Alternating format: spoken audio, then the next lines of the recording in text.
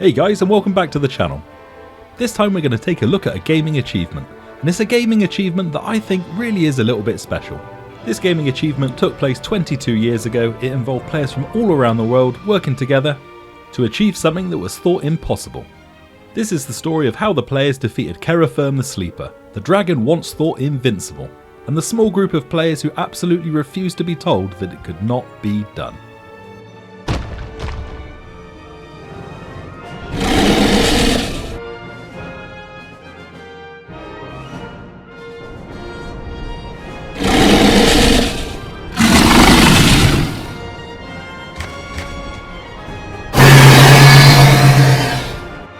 First, we got to do a quick history lesson. EverQuest was released in March 1999 in the USA and in April 2000 in Europe. And this game's actually quite significant. This is one of the first online RPG games, or MMORPG games, that featured a 3D game engine. There was also a monthly fee you had to pay to support the servers and the online gameplay, things like that, as well as the ongoing development of the game world. But if you did take a chance on this game, you probably got an experience like no other. So the graphics are certainly dated these days, but I can remember watching this on my friend's PC back in the day. He just got one of those new fantastic graphics cards, a GeForce 256, the very first GeForce card. And to be honest, it didn't really run very well on that either. So you might have played games like Morrowind and Skyrim before, where you pick a class and proceed through the game. In an online RPG, it's all about different classes working together and complementing each other. And while there's a bunch of different classes in the game, they basically fall under 4 different categories.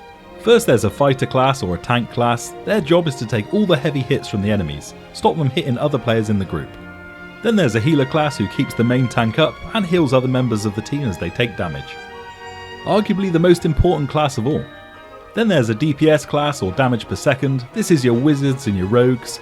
Their job is to do all the damage to the enemies, sacrificing health and armor to be the most powerful classes of all. Finally, there's the support classes who offer beneficial spells that benefit the team, things like power recovery and crowd control.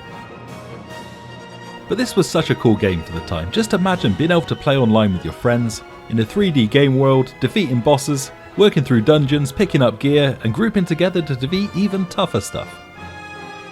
And who knows, if you meet enough players in this game, maybe you'll even join a guild. A group of players fighting together under the same banner, to defeat dungeons, do quests, but also teaming up to defeat the most powerful enemies in the game. These are the raid bosses, which is kind of what we're talking about today. To take down a raid, you might need 24 to even 50 plus players. Early EverQuest was kinda hardcore. There were no maps for any of the zones, you just got your bearings from buildings and features of the landscape. And death had real consequences in this game. If you died, you might well respawn 2 or 3 zones away. Find your way back to your body, recover your items and carry on. But you had to get back to recover your gear. And at the start of the game there was a maximum level cap of level 50. But you could actually die, you could actually de-level. You could go from level 50 to level 49 if you died enough. And leveling up in this game was no joke. Some of the levels could take a week or more to get. It's kind of a product of its time. I don't think some of these gameplay mechanics would do so well these days. Not with a new bunch of players starting out. Whilst I have played EverQuest, most of my experience is in EverQuest 2, the sequel. And whilst the games share the same universe, they kind of exist between different timelines. To explain the story, I'm going to be using some of my footage from EverQuest, EverQuest 2, as well as footage from other YouTubers who were lucky enough to be there at the time, or experience recreations of the game.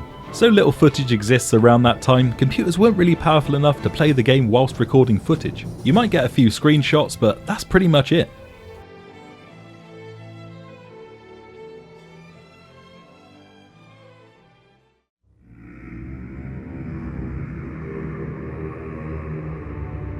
Early December in the year 2000, and the latest expansion pack, Scars of Velius, was released. Players are given a whole new continent to explore, zones to go in, bosses to defeat, and new loot to acquire.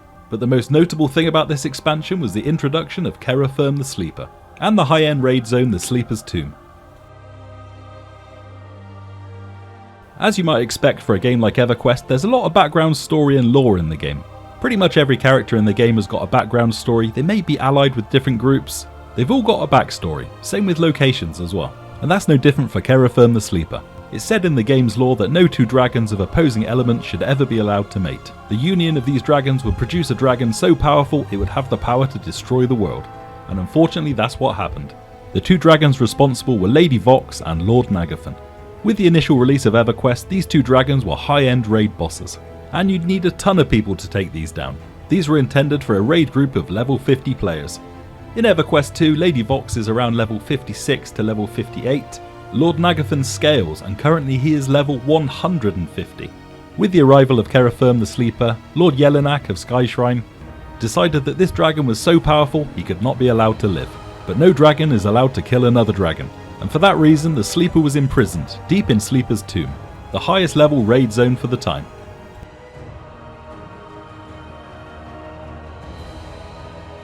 After a huge battle, Kerafyrm was finally subdued, kept under watch in the Sleeper's Tomb by 4 powerful dragon warders, who kept Kerafyrm under their powerful sleeping spell, and so Kerafyrm earned the name of the Sleeper. As long as at least one member of the 4 dragon warders was alive, Kerafyrm could be kept under the sleeping spell, and avoid his destruction. The world was at peace, but all it would take is a group of foolhardy adventurers to enter Sleeper's Tomb and challenge the 4 warders, and then the power of Kerafyrm would be unleashed.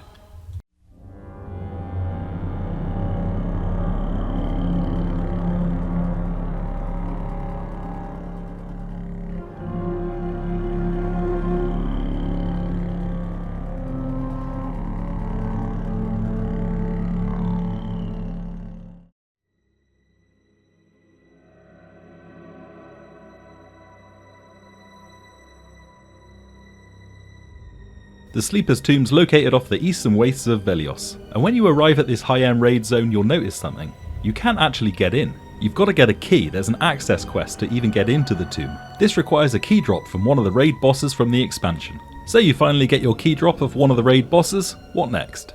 Well, you can finally get inside, but what about the other 50 plus people in your raid group who need to get inside? Like I say, this was no easy game at the time. Every single player would have need to have completed the access quest and got the key drop to get inside. This zone was going to be tough, full of really hard encounters, not to mention traps as well as secret passages that you had to discover to progress further into the tomb. But as the days and weeks progressed, raid guilds were able to make some progress into the tomb, defeating some bosses, picking up some gear that allowed them to progress further. But this zone has a lot of wandering enemies, and that's not something you want in EverQuest. Wandering enemies are trouble. If you're already taking down a raid boss that requires the attention of 50 people, the last thing you want is another enemy walking past and joining in. The entire raid's probably going to take a dirt nap and you're going to have to start over. Getting deeper and deeper into the tomb, you kind of hit a roadblock. Where do you go next? You've explored everywhere. Or have you? Not everything in this zone is as it seems. Behind a false wall you're allowed to progress deeper into the tomb, and enemies at this point are getting really tough now. If your raid group back in the day got this far, you probably stood a chance. Navigate down this stairwell and there's another long hall, and there's more encounters along the way. Get to the end of the hall and there's a door on the floor, a trapdoor. If you stand on this or click it, or even just wait a few moments, the trapdoor's going to open. And if you have half of your raid stood on this trapdoor, this may not be the best plan. Half of you upstairs and half of you now downstairs swimming in the water. But we're getting close to the centre of the tomb now. And after this water and down the corridor, there's another encounter. Another dragon, and when you defeat this one, another one spawns. Another little surprise for the Sleeper's Tomb. Defeat this and get your raid to go down to the end of the corridor and drop down the hole, and you're at the point of no return. The last thing yourself and 50 other people need to do to progress to the inner sanctum of Sleeper's Tomb is to defeat the final Arbiter. The bosses so far in this zone have been tough, but this is going to be really tough, and defeating the final Arbiter is the only way to get access to the centre of Sleeper's Tomb. If your raid is able to defeat the Arbiter, the final gate will open. And beyond the final gate were the 4 warders keeping Kerafyrm asleep. Which guild was going to be the first to take down all 4 warders and take a chance at Kerafyrm himself?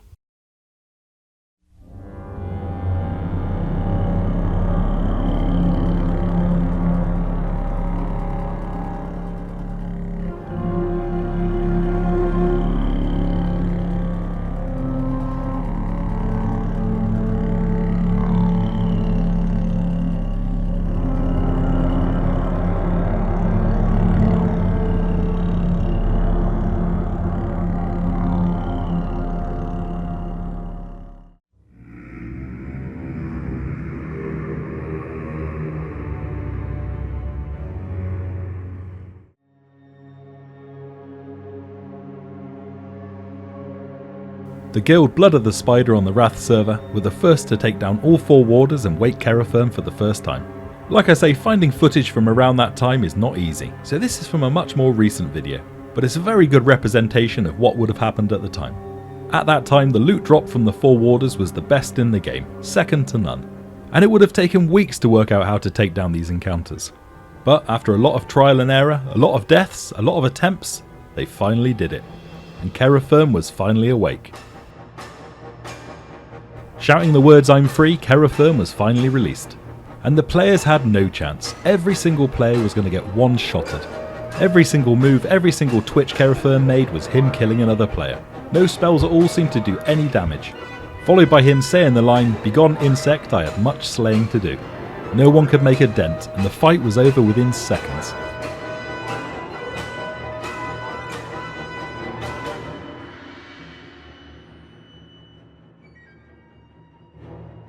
Following the fight though, something strange happened.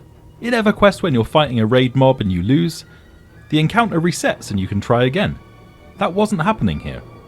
What was going on? Was the encounter bugged? After some confusion and looking at the main EverQuest chat, something strange was starting to happen. In the zone of Skyshrine, home to Lord Yelinak, something big was happening. With no time to lose, everyone headed over there.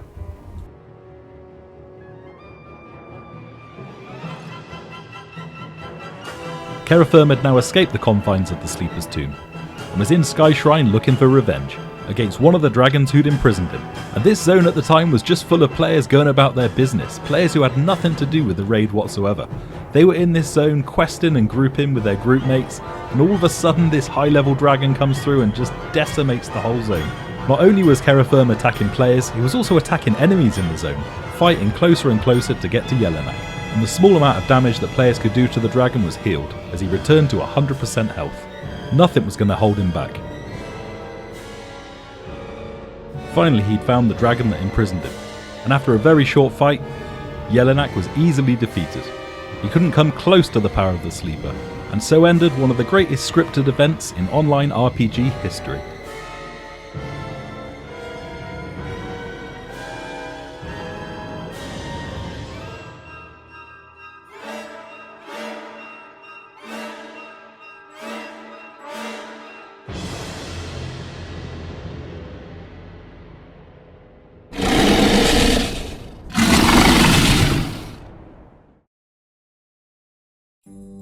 Following the escape of Kerafyrm, everyone returned to the Sleeper's tomb. And it was empty. And it was going to stay that way. Normally with EverQuest, raid mobs respawn in about a week or so. Sometimes a bit less. But here that wasn't happening. The players realised this was a one-time global event on the server. It would never happen again. Kerafyrm was gone. And now they had lost their chance to get the best loot in the game from the warders. When fighting the 4 warders, if you defeat 3 of them but leave 1 up, the rest will respawn in about a week or so. But if you take out all 4, they're never coming back. The Wrath server had now lost its chance to defeat the Sleeper. But there are other servers in EverQuest, up to around 50 on release. Being a large open world online game, you couldn't have players from all around the world, thousands of people connecting to a single server. It just wouldn't work. You've got players using different languages, Russian, Chinese for example, and they're in different regions. What are the ping times going to be like? You couldn't have people connecting to servers around the world. It's not going to give you a good gameplay experience. But each of these servers held its own online EverQuest world. And whilst the Wrath server had missed their chance, this meant that there were other servers around the world. Servers that had an undisturbed Sleeper's tomb, and a still sleeping Kerafyrm. There was still a chance. Now back then you couldn't just connect to a different server and bring your character over. You couldn't just transfer servers. So what's your option? Start afresh on level 1 and hope by the time you get to level 60 that the Sleeper is still asleep on that server? No chance. This had to be done by other servers. Time then started to pass and people progressed through the expansion on different servers, each of them waking Kerafyrm, losing, getting defeated, and so losing their chance to defeat him. Was anyone going to be able to defeat this thing, or was it simply coded to be invincible, a scripted event that has to happen to progress the story? Maybe the winning move was to not engage him. That old phrase, the only winning move is not to play. Not yet anyway.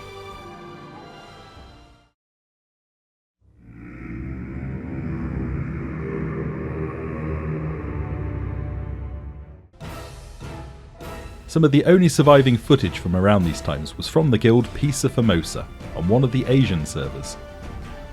This footage is so old it's actually taken by a video camera pointing at the monitor.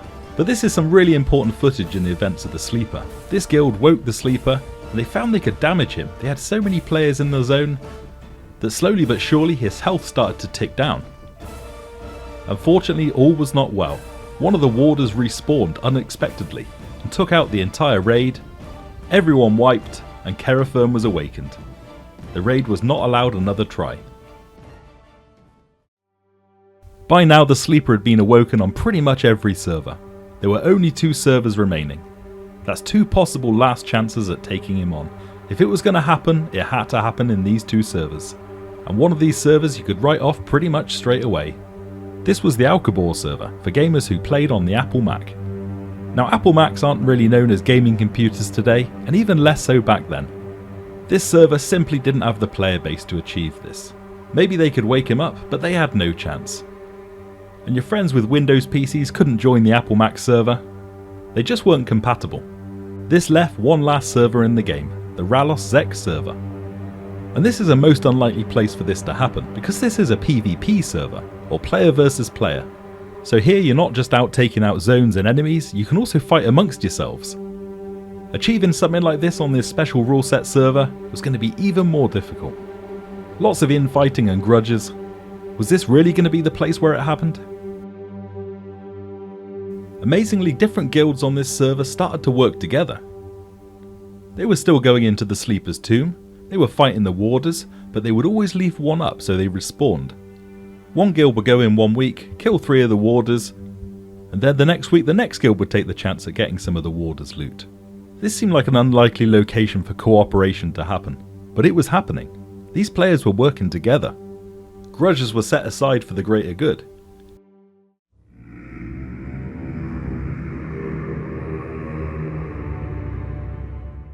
With the release of the next EverQuest expansion, the maximum level a player could achieve was level 65. This didn't really mean anything though. The Sleeper was rumoured to be level 100, and a match for an entire raid force.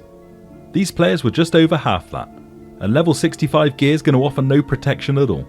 By now though, 3 of the biggest guilds on the server were working together: Imperialis Magicus, Wudan and Ascending Dawn. They were taking out the warders on rotation, but they were also guarding the tomb. Guarding the tomb from other raid forces, from other guilds, who maybe wanted to take out the warders, and maybe even wake the Sleeper. This could not be allowed to happen. If it did, the last chance would be lost.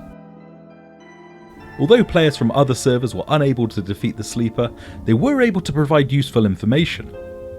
Whilst it's true pretty much no spell in the game would land any damage on the Sleeper, there were a few exceptions.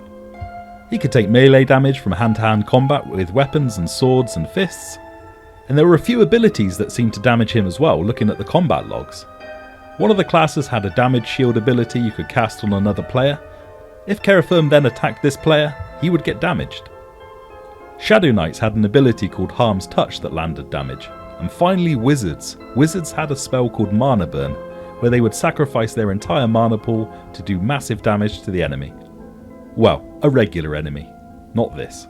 But damage is damage. If you could do damage to the enemy, and they were taking damage, that meant they were not invincible. It's unclear what prompted the final attack on the Sleeper's tomb. Some people say it was players getting frustrated and just wanted to get the event out of the way. Other people say it was related to rival guilds. Other guilds that were going to get in there and get the server awakening. Maybe we'll never really know what prompted this, but in early November 2003, Magus Imperialis Magicus, Ascending Dawn and Wudan took the final trip to the Sleeper's tomb. If other guilds were going to wake up the Sleeper, these guys were going to do it first. They now knew how to damage the Sleeper, but surely everyone was just going to get one-shotted again. And yeah, they were. So what was the plan?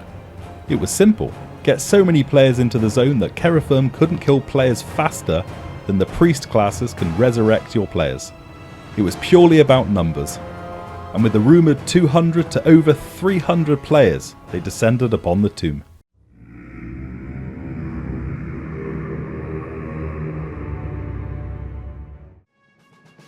They took out the 4 warders for the last time, and Kerafyrm awoke. Tank classes up front taking all the damage. one hit at a time and they were falling. As they did, the next tank class was running in to take over, take their hit, die, and the priest classes would resurrect the tanks on a never-ending loop. Go in, do about 2 seconds of damage, die, get resurrected, pick up your gear, run back in, do some more damage, die, and rinse and repeat. Meanwhile, other players were doing what damage they could with hand-to-hand combat, landing mana burns, damage shields and harm's touch. But this was actually working. His health was ticking down, 99%, and they kept going. This was not going to be a quick fight. After all, he was never intended to be killed, but the players kept going. The plan was working, they just had to keep at it. The first hour went and passed. The second hour went and passed. Players were dying so much that they started to lose levels. 65 to 64, 64 to 63, but they were just not going to stop. 27% health and they were still going. And then something strange happened. 26% health. The sleeper disappeared.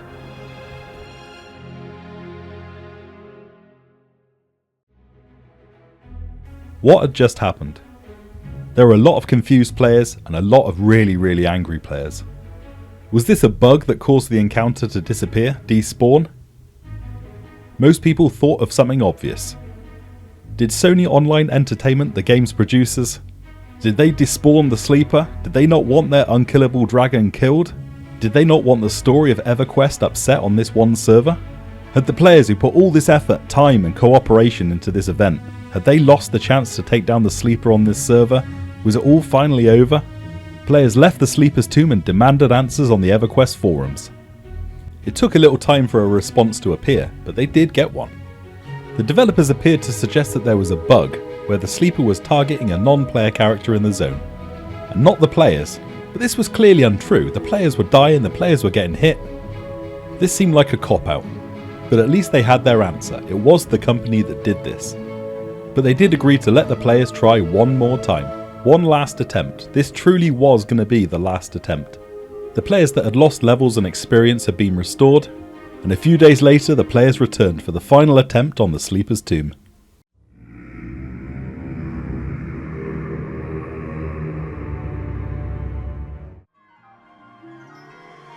With the final battle, the three guilds changed nothing. After all, their attempt before worked fine. Once again, tank classes were leading the way, running in, taking a few hits, dying, getting resurrected, collecting their things and running back in. All the while, other players were doing what damage they could with hand-to-hand combat, weapons, as well as the spells Mana Burn, damage shields and harm's touch. But again, this approach was working. The first hour passed and his health was ticking down. 75%, 50%, 41%. 11%. They were now past the 26% mark at which he despawned the first time. This was gonna happen. The three guilds kept on fighting, damaging, resurrecting, over and over again, until finally the inevitable happened.